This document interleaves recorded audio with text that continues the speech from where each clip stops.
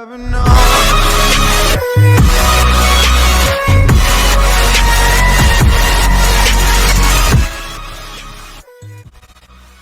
Welcome students, स्वागत है आपका मेरे YouTube channel Hindi made easy में।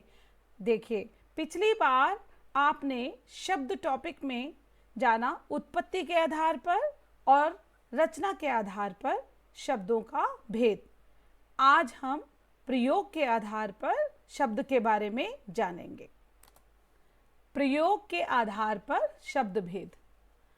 अब यहाँ पर देखिए, प्रयोग के आधार पर निम्नलिखित 8 भेद हैं। पहला संज्ञा, दूसरा सर्वनाम, तीसरा विशेषण, चौथा क्रिया, पांचवा क्रिया विशेषण, छठा संबंध बोधक, सातवां समुच्चय बोधक और आठवां विस्मय आदि बोधक। अब देखिए, ये 8 के 8 जो आधार हैं, इनके ये सारे भेद हैं जो प्रयोग के आधार पर हम देखते हैं। अब सबसे पहला कि इसमें आते हैं विकारी शब्द। जिन शब्दों का रूप परिवर्तन होता रहता है वे विकारी शब्द कहलाते हैं। रूप परिवर्तन मतलब उनमें कोई ना कोई चेंजेस आप देखेंगे, जैसे कुत्ता, कुत्ते, इस तरह से, मतलब ये वचन में आ गया परिवर्तन, है ना। और मैं, मुझे, हमें, है ना, अच्छा लगता है, अच्छी लगती है। तो जैसे इसमें देखो, आपने क्रिया का भी विकार देखा, है ना। और आगे देखिए अविकारी शब्द। अविकारी शब्द वे हैं जहाँ पे हमने अभी जो बताया ना परिवर्तन होते हैं, वहाँ परिवर्तन नहीं होते। ये वो शब्द हैं अविकारी शब्द जहाँ परिवर्तन रूप में कभी नहीं होता।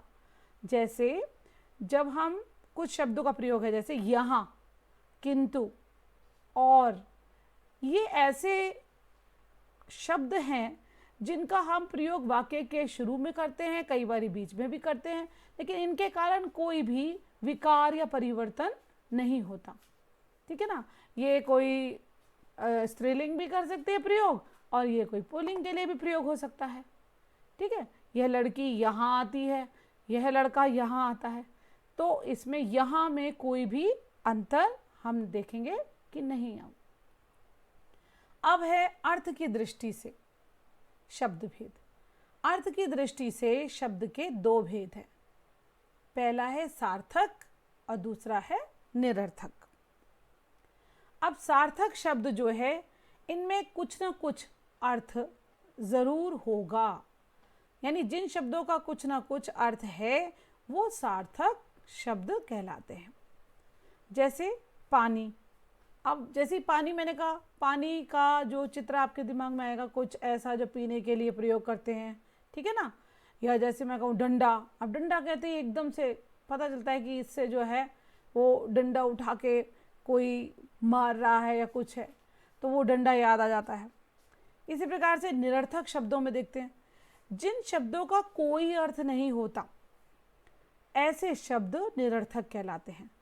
अब जैसे हम लोग नॉर्मली यूज़ कर लेते हैं, जैसे कि चलो कुछ रोटी वोटी खा लो, है ना, पानी वानी पी लो, या कुछ ठंडा वंडा ले लो। तो ये जो ठंडा तो ठीक है, साथ में वंडा क्या, इसी तरह रोटी के साथ वोटी क्या, या पानी के साथ वानी क्या। लेकिन ये निरर्थक साथ में जो जब आता है तो वो सार्थक शब्दों के साथ आने के कारण, है ना, इनका जो है वो अंतर नहीं पड़ता। आप ये तो देखेंगे यही है, ये निरर्थक ही। जो दूसरा आया है वो है निरर्थक ही। इसके बाद देखिए आप आता है हमारा पद विचार। अब जो पद विचार है, सार्थक वर्ण समूह हमने जाना ये शब्द कहलाता है, पर जब इसका प्रयोग वाक्य में होता है तो वह स्वतंत्र नहीं रहता, ठीक है, बल्कि व्याकरण के नियमों में बंध जाता है और प्रायः इसका रूप भी बदल जाता है। तो हिंदी में पद 5 प्रकार के होते हैं। देखो बच्चों, ये हमारे सिलेबस में देखते हैं हम लोग हिंदी में कि पद परिचय भी आता है, कि वाक्य में हमें ये छांटना है कि यहाँ पे संज्ञा है, कि सर्वनाम है, कि विशेषण है। इस प्रकार से, इसी कारण से क्या है, ये 5 प्रकार के पद जो है वो उस वाक्य में हमें देखने होते हैं कि कौन कौन से हैं। इसमें पहला है संज्ञा, दूसरा है सर्वनाम, तीसरा विशेषण, चौथा क्रिया और पांचवा अव्यय।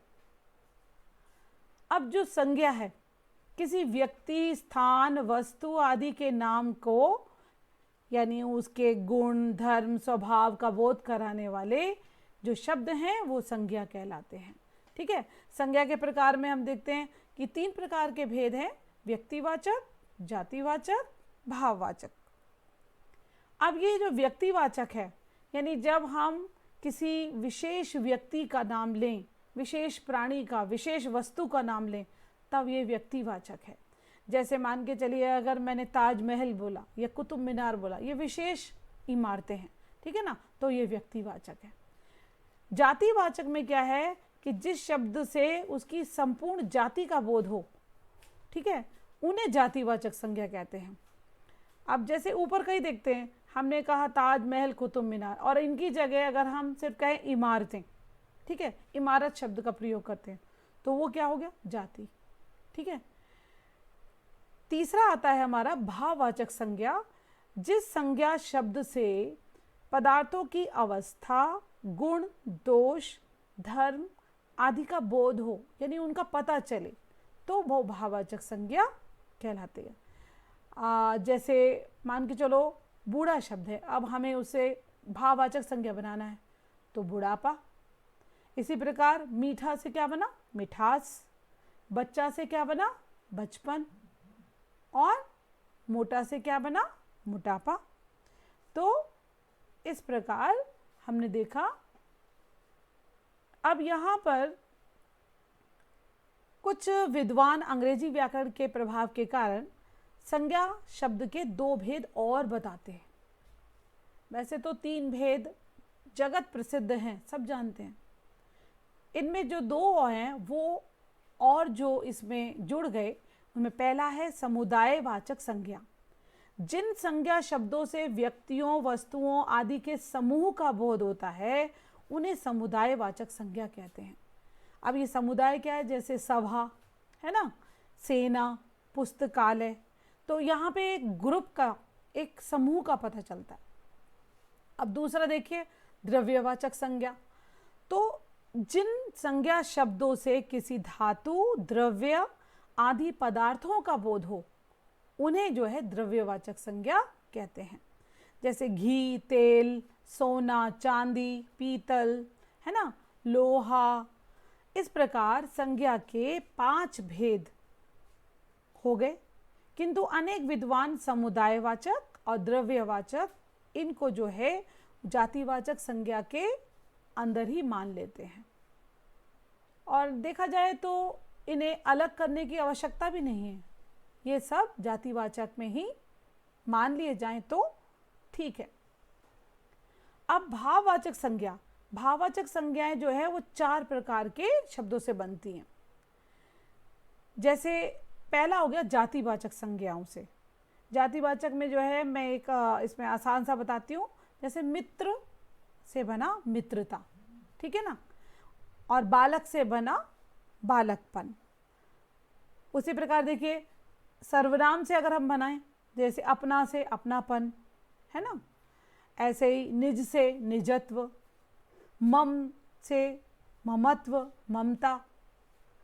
अब विशेषण से कैसे, जैसे मीठा, मीठा से बना मिठास, सफल, सफलता, खट्टा, खटास।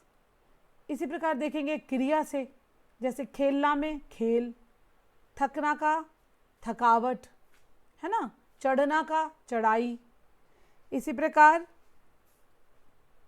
अन्य कई शब्द इस प्रकार बनते हैं।